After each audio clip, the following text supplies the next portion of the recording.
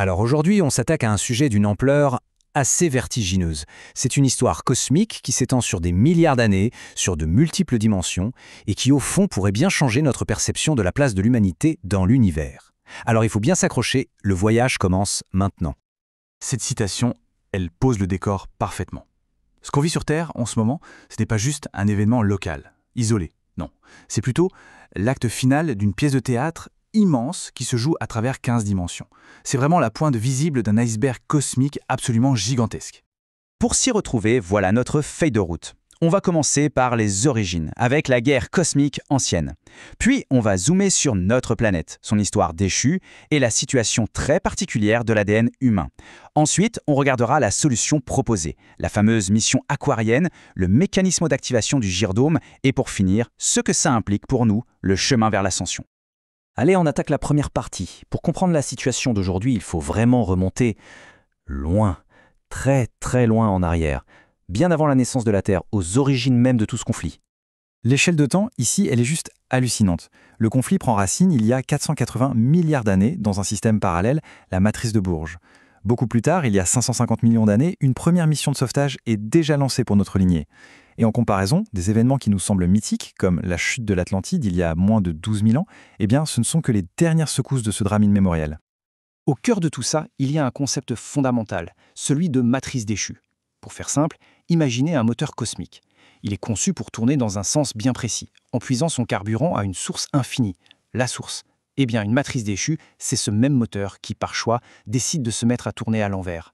Du coup, il se coupe de son alimentation et commence à consommer sa propre substance, jusqu'à se dissoudre complètement. C'est un chemin d'autodestruction. Alors, qui sont les protagonistes de cette histoire? D'un côté, on a les races christiques. Elles sont alignées sur la source, sur la création, la vie éternelle. De l'autre côté, on a les angéliques déchus. Eux, ils ont choisi d'explorer la voie opposée, l'anti-création, ce qui a provoqué la chute de leur propre système, comme la fameuse matrice de Bourges. Et puis il y a un troisième groupe, les races aquariennes. Ce sont des êtres christiques qui viennent d'une matrice voisine, saine, une sorte de matrice de secours, et qui ont décidé d'intervenir pour nous tendre la main. Ok, faisons un premier petit récapitulatif. Ce qui se passe sur Terre n'est qu'un écho d'une guerre cosmique à 15 dimensions, vieille de milliards d'années. À l'origine, la chute de certaines matrices. Les forces en jeu sont les races christiques, les angéliques déchus et les races aquariennes qui sont venues aider. Voilà, c'est la toile de fond, elle est essentielle pour comprendre tout ce qui va suivre. On passe à la deuxième partie. Maintenant que le décor cosmique est planté, on va zoomer sur notre maison, la Terre. Parce qu'elle a sa propre histoire tragique dans ce grand drame, une histoire qui explique pourquoi elle est aujourd'hui dans une situation de crise. D'après la source, la Terre telle qu'on la connaît n'est pas apparue comme ça, toute seule. En fait, notre planète et tout le système solaire seraient les fragments d'une planète beaucoup plus grande, de dimension supérieure, qui s'appelait Tara. Après la destruction de Tara, un plan de sauvetage immense a été mis en place pour tenter de reconstituer son patrimoine génétique. Et notre Terre fait partie de ce plan. C'est là que le concept de planète hébergée entre en jeu. Pour se le représenter, c'est assez simple. Notre Terre, c'est comme une petite bille qui a été placée à l'intérieur du champ d'énergie d'une sphère bien plus grande et en bonne santé qu'on appelle la Terre haute. C'est une sorte d'incubateur cosmique, si on veut, qui a été conçu pour protéger les fragments Tara et leur permettre de guérir pour qu'un jour ils puissent retrouver le chemin de l'ascension. Malheureusement, le plan ne s'est pas déroulé comme prévu. Les cataclysmes qui se sont succédés, notamment à l'époque de l'Atlantide, ont causé des dégâts terribles, irréparables aux grilles énergétiques de la Terre. Et le résultat est brutal. La planète a perdu la capacité d'ascensionner par elle-même.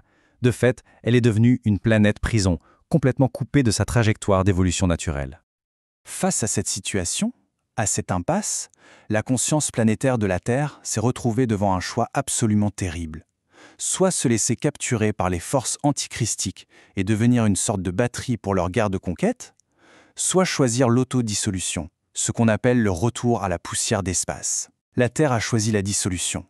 Elle a préféré une fin honorable plutôt qu'une existence de servitude. Troisième partie. On est passé du cosmos à la planète, maintenant on passe à ses habitants. Parce qu'au cœur de ce drame, il y a un enjeu qui est devenu central, la cible numéro 1 du conflit, notre génétique, l'ADN humain. Alors, pourquoi l'humanité est si importante? En fait, c'est assez simple. L'ADN humain angélique, originel, a été conçu pour être la clé des gardiens de ce système. Cet ADN, il contient les codes pour activer les fréquences qui permettent d'ouvrir et de fermer les portails stellaires, les fameuses targets, qui sont les véritables autoroutes de l'univers. Donc, celui qui contrôle l'ADN humain contrôle les accès à tout ce secteur de la galaxie. C'est un enjeu stratégique majeur. D'après la source, la forme qu'on a aujourd'hui, l'Homo sapiens sapiens, ce n'est pas notre état d'origine. C'est une version dégradée, une mutation. Nos corps sont faits pour vieillir, tomber malades et mourir. Ce qui est tout le contraire de la nature éternelle de notre forme christique originelle. Et c'est de là que viendrait cette impression, ce sentiment de déconnexion, comme si on habitait un costume qui ne nous va pas tout à fait. Et pire encore, cette mutation a effacé notre mémoire cellulaire, ce qui nous coupe de nos souvenirs d'autres vies et de notre véritable identité. Et comment ce blocage a été mis en place? Parce que la source appelle une superposition épigénétique. Il faut s'imaginer ça comme 3 filets énergétiques, invisibles, qui sont placés par-dessus notre ADN et les grilles de la planète.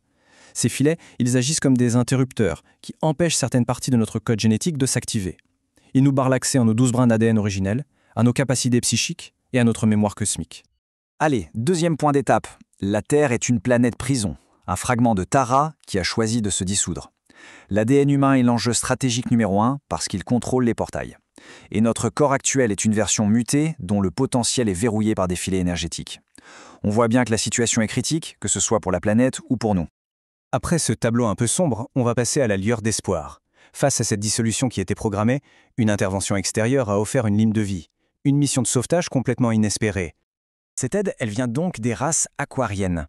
Elles sont originaires d'une matrice voisine, saine, stable, cette fameuse matrice de sauvegarde, et elles sont restées alignées sur les principes de vie de la source.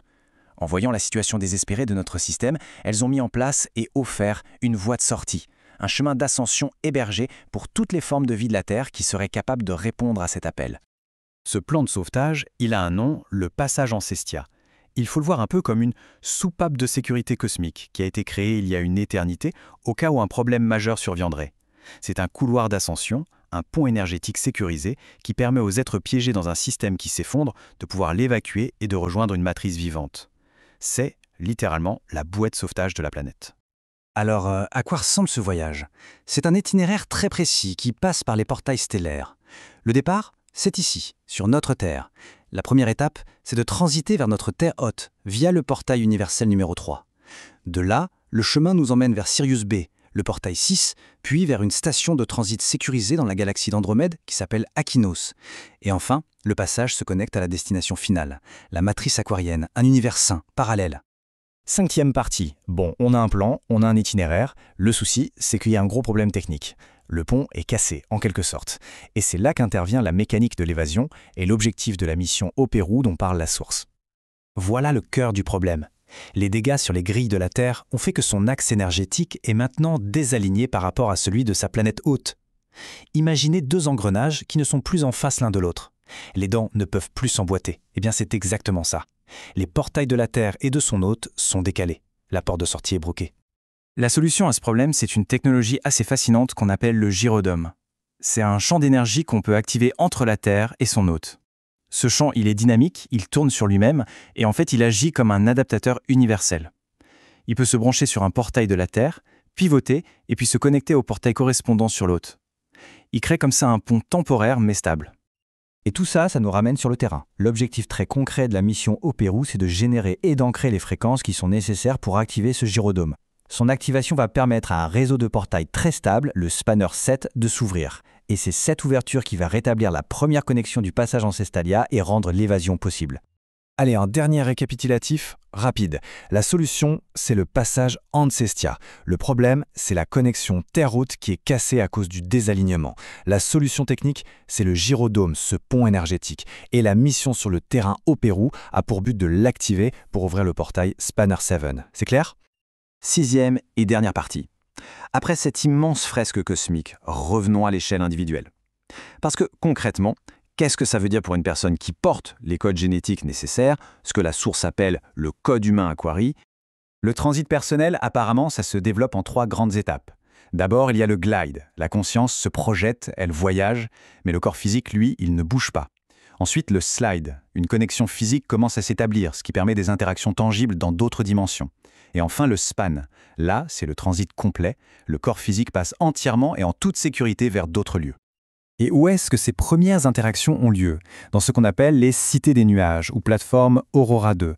Et ce ne sont pas des métaphores, la source les décrit comme de véritables cités physiques qui existent dans notre thermosphère, mais qui nous sont invisibles parce que leurs particules vibrent à une vitesse différente. Ce sont des zones de rencontre, les premières destinations pour le contact et le réapprentissage.